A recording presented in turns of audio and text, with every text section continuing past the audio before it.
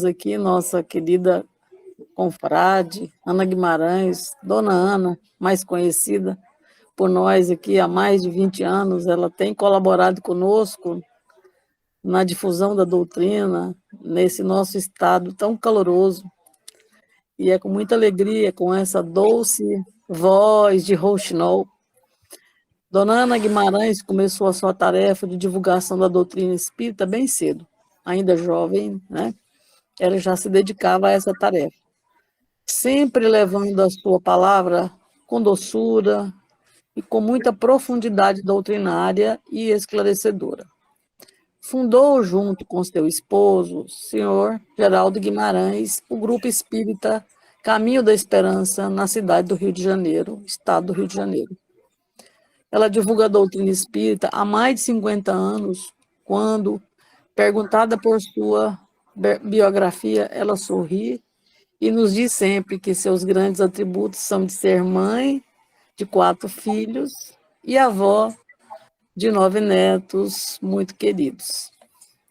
Portanto, essa, na verdade, é a biografia da nossa querida irmã, que tanto e com muita amorosidade fala aos nossos corações. Muito obrigada, dona Ana, seja bem-vinda ao nosso estado do Tocantins e ao nosso coração. Obrigada. Bem, agora é a minha vez. Caríssimos irmãos, amigos, que a paz do Senhor Jesus envolva-nos o coração em vibrações de harmonia, de alegria, de fraternidade. Nas cavernas da treva, a noite estava escura. Gemia o vendaval do pranto e da amargura nos pélagos sem luz. O delírio cruel cobria-se de palmas. O mal, fero e triunfante, escarnecia as almas do desespero à cruz. Soluços e rugidos pelo ar sombrio ecoavam sem cessar. Nos pântanos bravios jaziam monstros vis. Espectros do terror insanos gargalhavam, enquanto que do solo as fendas vomitavam coriscos e fuzis. Blasfêmias, maldições, sarcasmos e rugidos cruzavam-se no charco pestilento e fundo. Quem pode descrever os ruídos doloridos de monstros a lutarem em precipício imundo? Mas eis que um sol de luz brilhou na treva escura. Um sol de excelso alvor, de mágica ternura, encheu de aroma o val. Meu Deus, os prisioneiros se erguem redimidos, os gênios do terror soluçam comovidos e capitulam o mal. Perfume estranho os ares embalsamam. Ó Deus de excelso amor, que coração de flama transforma a treva em luz. E no silêncio imenso do infinito, murmura o pobre coração proscrito o nome de Jesus. Este é um poema de Hernani Santana. Uma forma extraordinária de fazer assim uma demonstração do significado de Jesus para a nossa terra. Recordando que nós estamos na terra. Alô, companheiros, todos sabem que estão na terra. Então, bom que a gente saiba também que esta terra onde nós nos encontramos não é um local de repouso, não é um local de férias, não é um local de lazer. Pelo contrário, a terra é um mundo de provas e de expiações. E se nós mudarmos um pouquinho esse nome tão bonito que os espíritos deram, nós diremos que é a nossa prisão.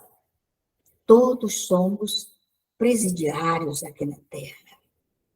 Por que a gente está dizendo isso?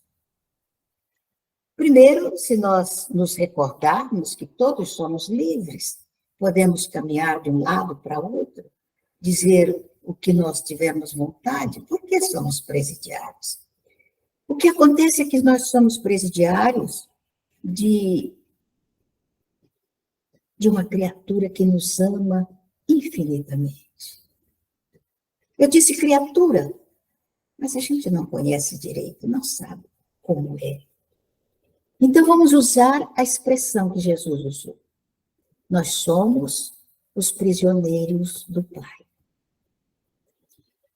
E retornamos à Terra, após as reencarnações, geralmente como reincidentes nos erros. E esse presídio que cai tão bem ao nosso coração, porque ele é lindo. Se nós olharmos a Terra, nós veremos tanta coisa extraordinária que esse Pai amoroso arrumou para a nossa pressão. E ele nos ofertou também, com uma ternura inusitada, a lei de causa e efeito, a lei de ação e de reação, que nem sempre o homem sabe analisar devidamente. E porque nos falta ainda essa aptidão para o entendimento das coisas, muitas vezes a gente se pergunta, por que Deus permite isto? Por que Deus permite esse acontecimento? Ou por que Deus permite que aconteçam essas coisas terríveis? Na realidade, Deus não está dando permissão para isso ou para aquilo. Pelo contrário, Ele nos deu a liberdade de ação. Filhos, esta é uma prisão. É uma prisão porque vocês entram aqui sob a minha vontade e deveriam sair quando fosse da minha vontade. Mas vocês, filhos amados, não se comportam assim. Vocês fazem coisas que absolutamente, na prisão que vocês criaram, aí na minha prisão, não seria admissível. Então, são dois pesos e duas medidas, filhos meus, que vocês utilizam. Mas eu, assim nos fala o Pai, o dono desta prisão. Mas eu os amo. E porque os amo, eu não cobro todos os erros que vocês cometem. Não cobro. Eu não julgo. Eu não condeno. Pelo contrário, eu lhes dou a liberdade da escolha. E se estão aí, é por escolha pessoal. Se estão felizes, por trabalho pessoal. E se estão infelizes, é pela consciência de cada um. Porque o único juiz que cobra ceitil por ceitil, como disse Jesus no Evangelho, é a consciência de cada um. Porque ninguém está aqui com um tridente na mão, cobrando dos senhores, meus queridos filhos. Talvez Deus falasse mais ou menos assim, lembrando-nos da importância de aqui estarmos. E o nosso assunto de hoje é a respeito de Jesus. E é muito interessante. Porque, geralmente, quando eu penso em Jesus e penso em nós, que somos uma família, a família humana, eu penso também, será que eu sou cristã? E aí, quando eu penso em mim, eu penso nos senhores também, nos meus irmãos da terra. Será que vocês são cristãos? É complicada essa pergunta, Não é uma coisa fácil de responder. Aliás, se torna fácil porque nós não temos o costume de raciocinar sobre aquilo que falamos. E falamos coisas que não têm proveito, coisas que não têm valor.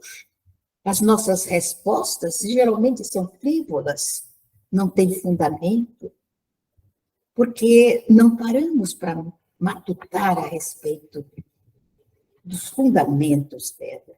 Então, pense de si para consigo. Você é cristão? E então o Livro dos Espíritos, que foi uma escolha de Jesus, porque quando estava no cenáculo, se despedindo praticamente dos seus discípulos, ele afirmou que não nos deixaria órfãos. E em outro espaço, ele disse, e eu acho linda essa forma de dizer de Jesus, porque nos dá uma lição que a gente não tem costume de aprender. Ele diz, eu pedirei ao Pai. A lição da submissão. Mormente nos dias de hoje, quando a palavra pai, a palavra mãe, está num valor tão insignificante, porque os filhos não respeitam mais os seus pais.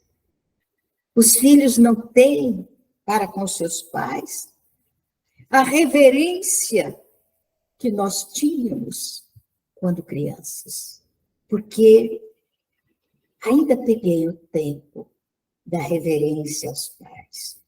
Quando íamos para o nosso quarto e dizíamos, a sua bênção, pai, a sua bênção, mãe. E ouvíamos como resposta, Deus te abençoe, Deus te abençoe. Era uma referência ou uma reverência que fazíamos aos nossos pais. Hoje os filhos já nem sabem mais o que é isso. Também eles não são tão culpados. Porque hoje tem filhos que não sabem a quantos pais devem pedir as bênçãos. 1, 2, 3. Ou a quantas mães devem pedir bênçãos. Porque a família está tão degenerada, tão destruída, que a coisa fica complexa. Então, como disse a Leila, eu estou pregando há mais de 50, vamos acrescentar mais 10, há mais de 60 anos. Às vezes eu fico meio complicada para fazer a colocação das coisas. Eu não pertenço mais a esta era, eu pertenço à era passada.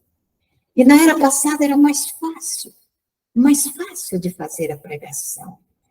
Existia em nós, espíritas, uma reverência muito grande à nossa doutrina.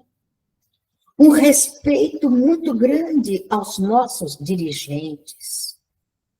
Um respeito muito grande à mediunidade. Então, fica um pouco complexo. E eu vou tentar me adaptar. Não é simples, mas a gente pode tentar. Então, voltando novamente à questão das cobranças, dos pagamentos de dívidas, vamos recordar que nós estamos nessa prisão adorável que é a Terra, mas com compromissos seríssimos, porque nos comprometemos de tal monta com a lei que agora estamos aqui para dar o testemunho. Mas se nós formos sinceros conosco mesmo, vamos perceber que temos pensado muito mais em fuga do que em ressarcirmos os nossos débitos. A lei de causa e efeito é algo muito interessante para a gente falar, para pregar para os outros. A lei de ação e reação, tem até um livro de André Luiz, é bem interessante para pregar para os outros. Mas nós não estamos aqui para pregar, nós estamos aqui para viver, vivenciar essas leis. Então, quando nós pensamos em Jesus, se somos cristãos realmente, temos que pensar nas coisas que ele nos ensinou. E nós sabemos tão pouco a respeito dele. As nossas lembranças a respeito do Senhor estão mais numa questão literal no nosso cérebro do que em nosso coração. Na forma que, quando está no cérebro, ele tem o formato daquilo que nós pregamos, daquilo que nós falamos. Mas quando está no coração, diz respeito àquilo que nós vivemos. Aí é diferente. Quando nós falamos daquilo que sabemos, ele tem uma vibração, tem uma conotação. Mas quando nós falamos daquilo que sentimos, a vibração é diferente, a conotação é diferente. E as pessoas conseguem registrar com a alma, registrar com o coração. Então, vamos pensar em Jesus. Já falamos da nossa prisão sem grades, prisão de liberdade. Liberdade, vírgula, limitada, porque a lei vai nos cobrar. Se não pagarmos agora, pagaremos amanhã. Então, não adianta postergar, deixar de lado para a próxima reencarnação. Aliás, a gente nem sabe quando será a nossa próxima reencarnação. Porque eu tenho convivido com a juventude bastante, graças a Deus, principalmente os meus netos, 9 netos, já tenho 2 casados, então eu pergunto aos meus netos e às netas, as respectivas esposas, quando é que vocês vão me dar a alegria de um bisneto? Um olha para o outro e fala, vó, trata de viver mais, porque agora nem pensar. E todos os jovens dizem a mesma coisa. Então, não deixem para amanhã o amor que vocês podem oferecer a alguém hoje. Não deixem para amanhã a oportunidade de dar um abraço a alguém hoje. Não deixem para amanhã a oportunidade de pedir perdão ou desculpa hoje, porque amanhã pode ser tarde demais. E quando nós procurarmos uma brecha, não encontraremos, porque as portas estarão fechadas.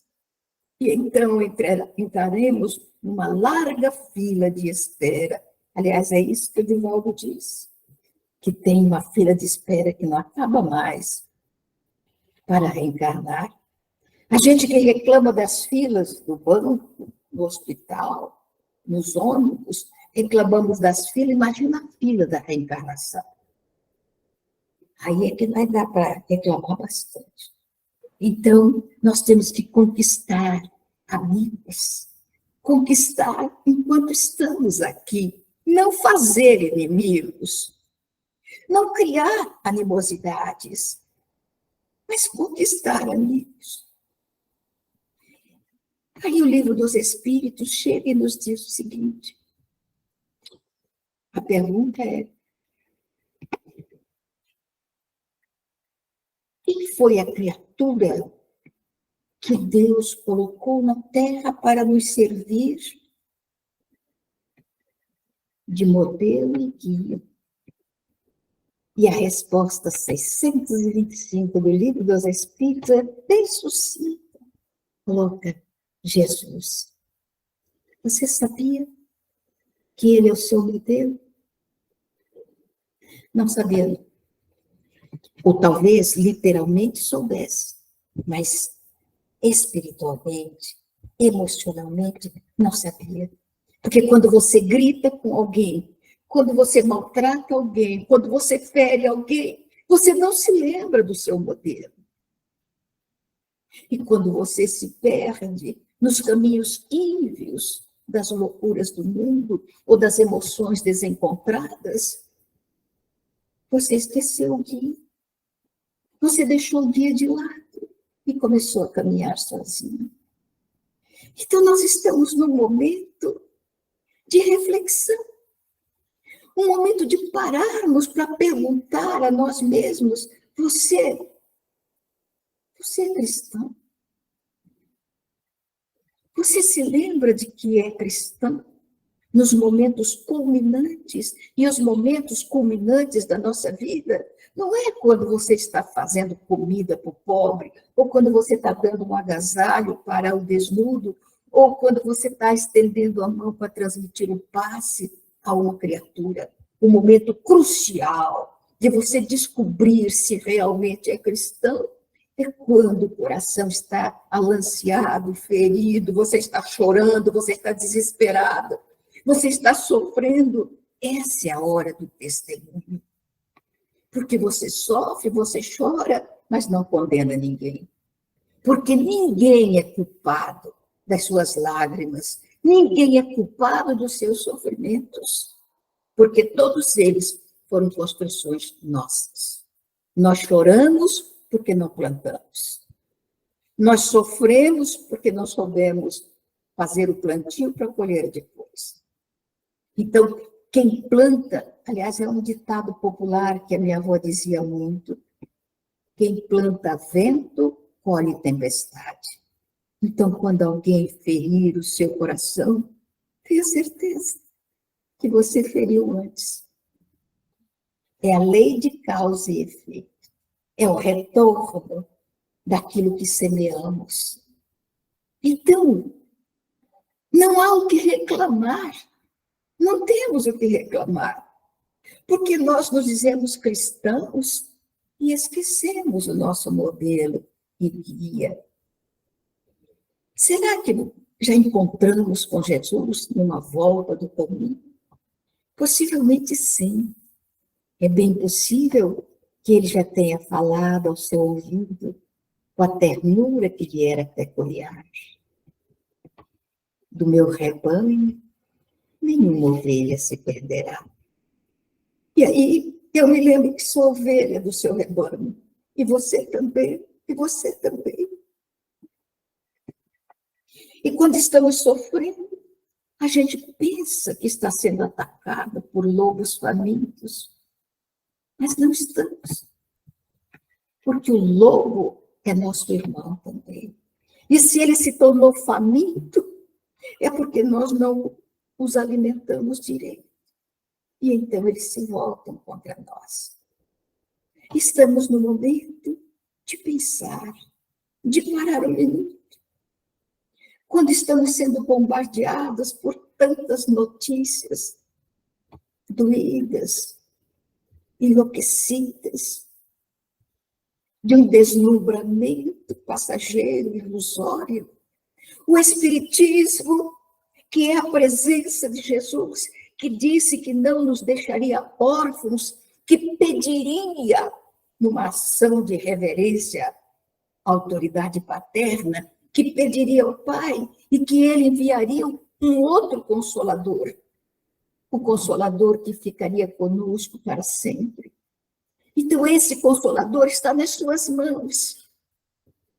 Basta que você o manuseie para encontrar logo de primeira, a primeira pergunta, que ele, o Criador de mim, de você e de todas as coisas que nos cercam, é a inteligência suprema, a causa inicial, primária, primeira de todas as coisas.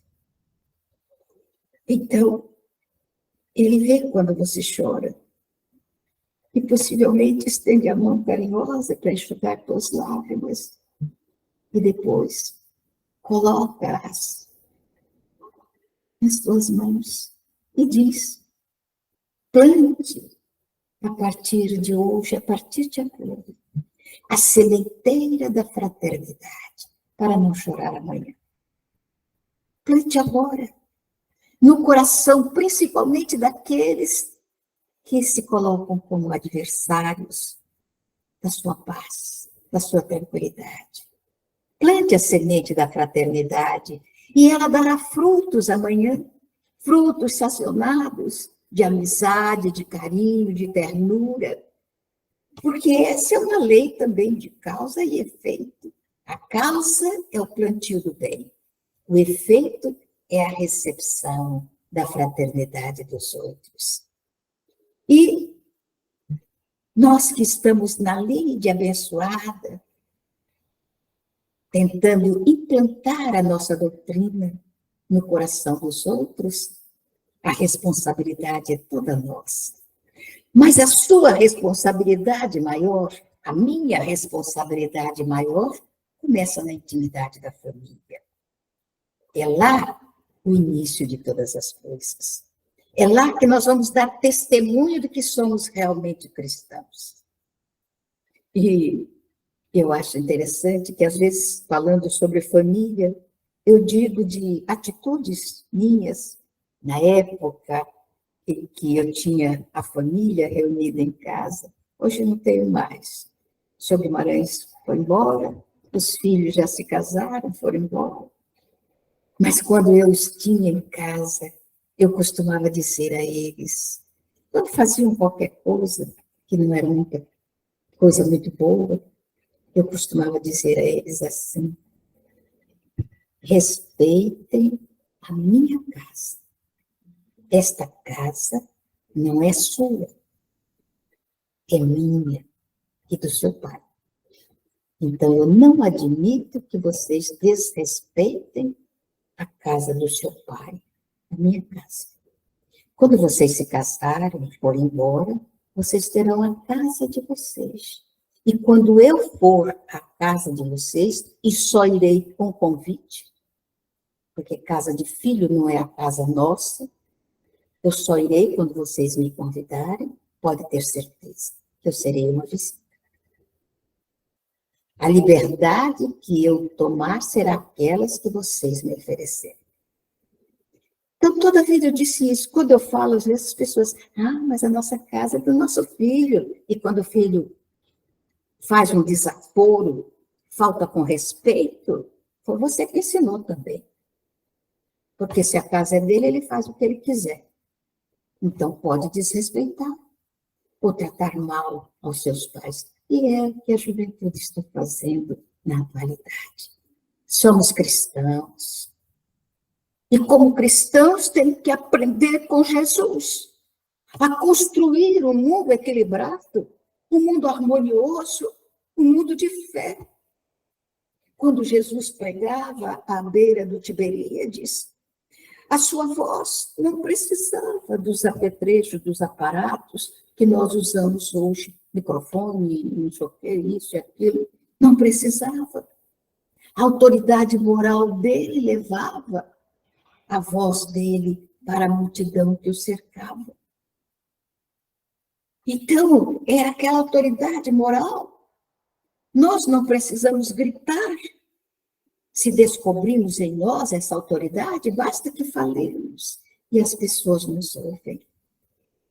Quem grita perde a razão. E é o que mais fazemos na intimidade dos nossos lares. Exatamente a primeira escuta, onde o Espírito retorna, colocando nas nossas mãos de pais, de mães, a confiança. A maior confiança do mundo é a confiança do Espírito que retorna através da reencarnação. Então, eles estão totalmente mercê do nosso trabalho, da nossa vontade, daquilo que ensinamos. E aí, quando você recebe o seu filho nos seus braços, lembra da lei de causa e efeito. Lembre da lei de ação e reação. A ação de agora vai refletir na reação de amanhã. Isso é tão claro. A nossa doutrina explica isso com tanta lucidez, com tanta clareza. Basta que sejamos cristãos realmente.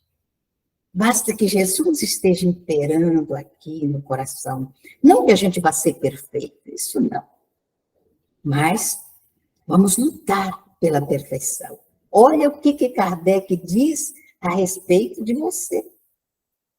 De você, de mim, de nós. Ele diz assim, deixa eu ver se eu me lembro direitinho do que Kardec diz. Para não me enganar, reconhece-se o verdadeiro espírita por sua transformação moral e pelo esforço que faz para domar, subjugar as suas inclinações negativas. É isso que ele diz a seu respeito. Aí uma vez eu perguntei à plateia, como é que a gente reconhece o verdadeiro espírita? E as respostas vieram mais ou menos assim. Observando o companheiro, se ele anda dentro dos conformes, então ele é um verdadeiro espírita. Se a pessoa, se fulano, se Beltrano, eu falei, não, vocês estão todos enganados. Nós reconhecemos o verdadeiro espírita na frente do espelho. Você para na frente do espelho e olha a criatura que está ali refletida e pergunte a ela, você é um verdadeiro espírita? Porque se eu for um verdadeiro espírita, os que estiverem em torno de mim também serão. Porque eu vou escolher um local onde eu possa aprender e onde eu possa aplicar aquilo que eu aprendi. Então, um local onde não haja respeito, não haja integridade moral, não haja uma reverência pelas leis que regem a nossa vida, o que eu vou aprender ali? Nada. Então, se eu for verdadeiro espírita, eu vou procurar um outro local, onde todos estejam pensando como eu, buscando a realidade de uma vida íntegra, de uma vida respeitosa. Então, é dessa forma que a gente descobre o verdadeiro espírita. E aí, então, vamos descobrir também o verdadeiro cristão. Aquele que encontrou Jesus, se apaixonou por ele e tenta não se afastar da sua companhia. Tenta, porque realmente não é uma coisa simples, mas também não é impossível. Não é impossível porque nós temos tantos exemplos. Atualmente mesmo, nós estamos estudando lá no Caminho da Esperança, aliás, nós estamos fazendo um jogral sobre livro de Cecília Meirelles, que conta de uma forma rimada, de uma forma poética, a respeito da conversão de Francisco e de Clara de Assis. E é tão lindo. E a gente se apaixona. Francisco, ele tinha tanta coisa na terra. Os pais eram ricos, tinha dinheiro, tinha poder, tinha tudo. E, de repente, ele faz uma coisa que, para o ser humano da atualidade, é tão complicado. Ele faz assim. Abre as mãos. Abre as mãos a respeito de tudo que pertence a seus pais. Não lhe interessa nada. E retira a própria roupa do corpo e entrega aos pais. Nada lhe pertence. E ele não deseja ter nada também, a não ser um coração fiel, fiel à potestade divina, fiel a Deus, fiel a Jesus. E Clara, encontrando-se com Francisco, resolve tomar a mesma atitude. Abandona as joias que possuía, até mesmo a vasta cabeleira que lhe enfeitava o rosto. Até isso ela entrega à tesoura, porque ela não precisa de nada disso, A beleza não está no exterior. A beleza não está nos cabelos lindos. Aliás, eu cuido dos meus cabelos, tentando fazê-los ficar bonitinhos. Mas ela descobriu que a beleza não está nos cabelos, nem está nos botox que o povo coloca no rosto atualmente. Não está em nada disso. A beleza está na alma. E quando ela se ergastula a nossa alma, mesmo que não sejamos bonitos, as pessoas nos verão bonitos, lindos. E eu me recordo quando, aos 18 anos, eu fui visitar, levado por companheiros, era o meu aniversário, e eu tinha um sonho de conhecer Chico Xavier. Me levaram até lá. E eu, quando vi o Chico, baixinho, gordinho, feinho, eu me apaixonei por ele. Porque eu me enxerguei tão lindo. Eu não estava vendo a figura do homem. Eu estava vendo aquele espírito que renunciou a tudo para nos servir. Que entregou todo o seu esforço, toda a sua vida para construir esse monumento de obras psicografadas que a gente precisa estudar, aprender e entender também. Foi isso que eu vi. E eu achei lindo.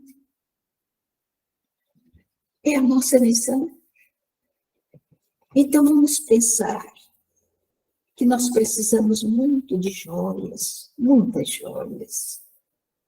Imagina você colocar no pescoço um lindo colar de tolerância e começar a exibi-lo para as pessoas que convivem com você. Ou colocar sobre a cabeça uma coroa de paciência para conviver harmonicamente com os familiares. Pendurar nas orelhas brincos de fé.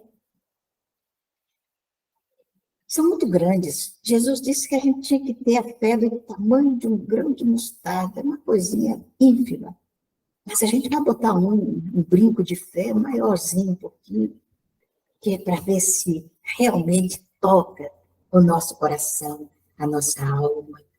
E assim nós vamos enfeitando o nosso corpo com as joias das virtudes.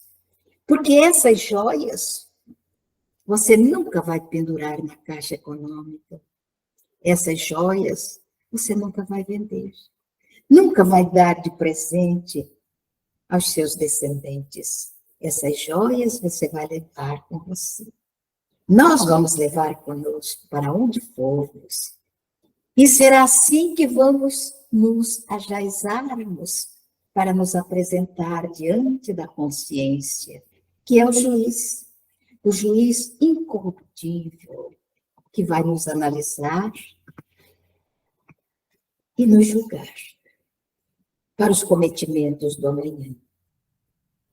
Então, a pergunta que a gente não pode calar, já encontramos Jesus? Quando? Como? De que maneira? Na nossa casa espírita? Possivelmente, a gente tenta vivenciar Jesus.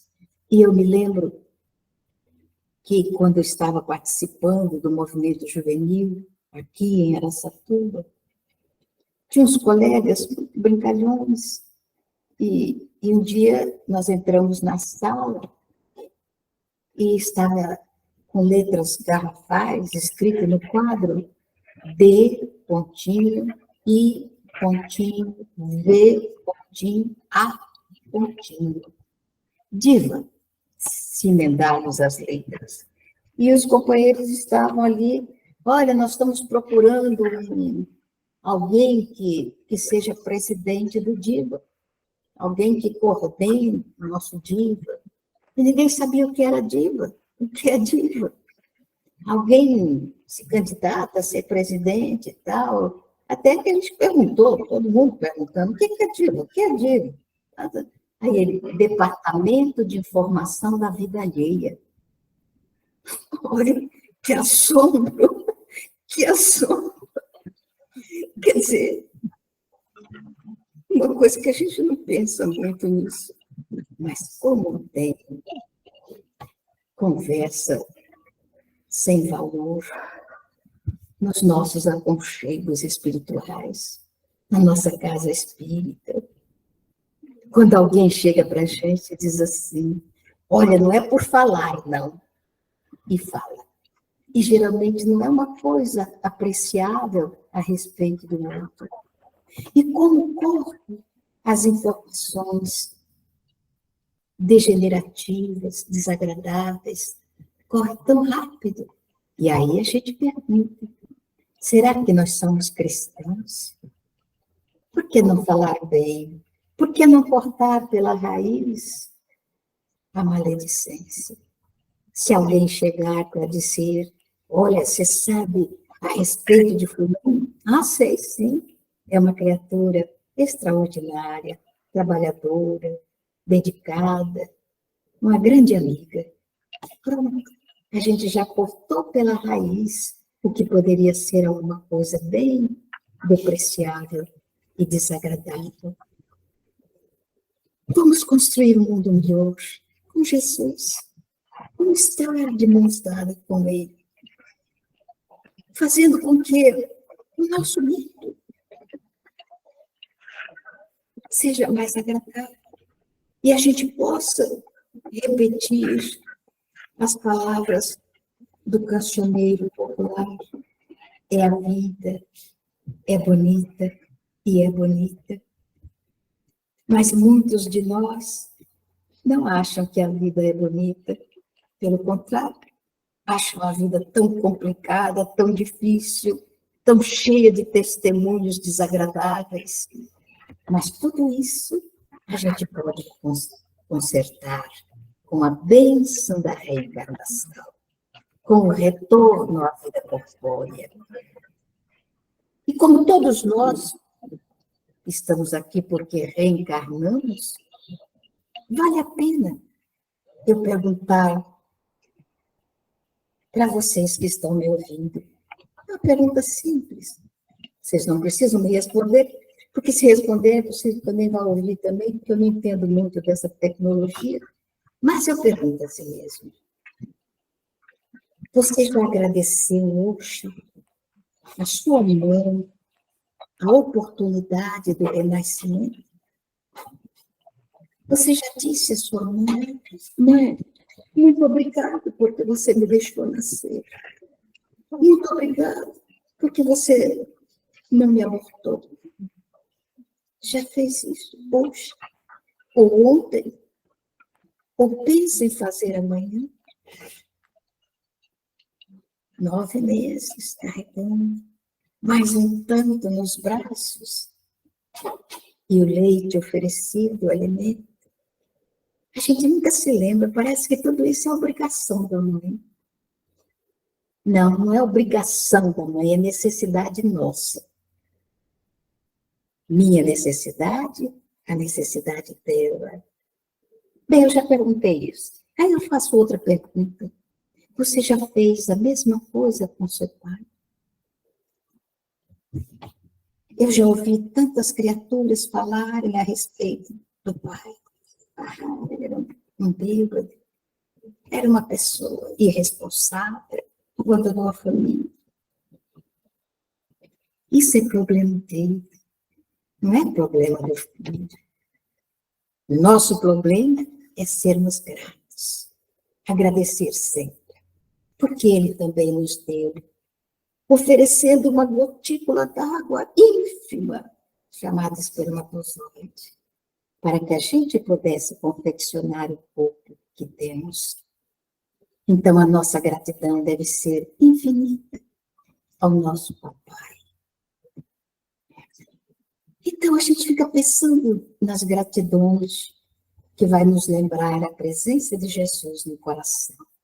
Aí eu pergunto aos senhores, já disse a sua esposa hoje, eu te amo? Tem marido que diz para mim assim, não precisa, ela já sabe. Sabe nada. Se tem uma coisa que nenhuma esposa sabe, é se o marido gosta dela de fato.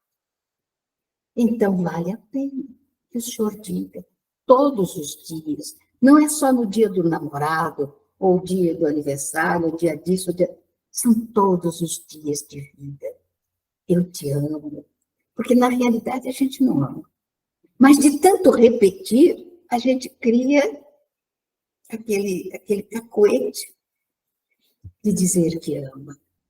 E o amor é uma coisa tão extraordinária, vai se derramando dentro do peito, vai tomando conta das células, e, de repente, nós vamos descobrir que a vida é linda, que é a vida, e é bonita, e é bonita. E a senhora já disse ao seu marido hoje, eu te amo?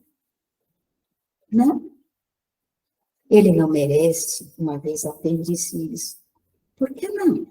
Mas ele casou com você. Claro que ele merece. Merece que você diga a ele, eu te amo. Não importa como ele seja. Porque Jesus também não pergunta a seu respeito, nem comenta a seu respeito. Ele te ama do jeito que você é. E foi isso que ele veio pregar na terra. E é isso que ele espera de cada um de nós. Que a gente queira bem às pessoas, todas elas, independente de como sejam, querer bem. E aí, de passo a passo, a gente vai aprendendo. E um dia, a gente vai chegar a amar aqueles que nos odeiam. Então, é assim que nós vamos demonstrando que realmente Jesus chegou aos nossos corações. Que realmente Jesus é considerado e visto por nós outros como nosso modelo e nosso guia. E agora eu vou fazer uma pausa para que vocês pensem e depois, não é, Graça?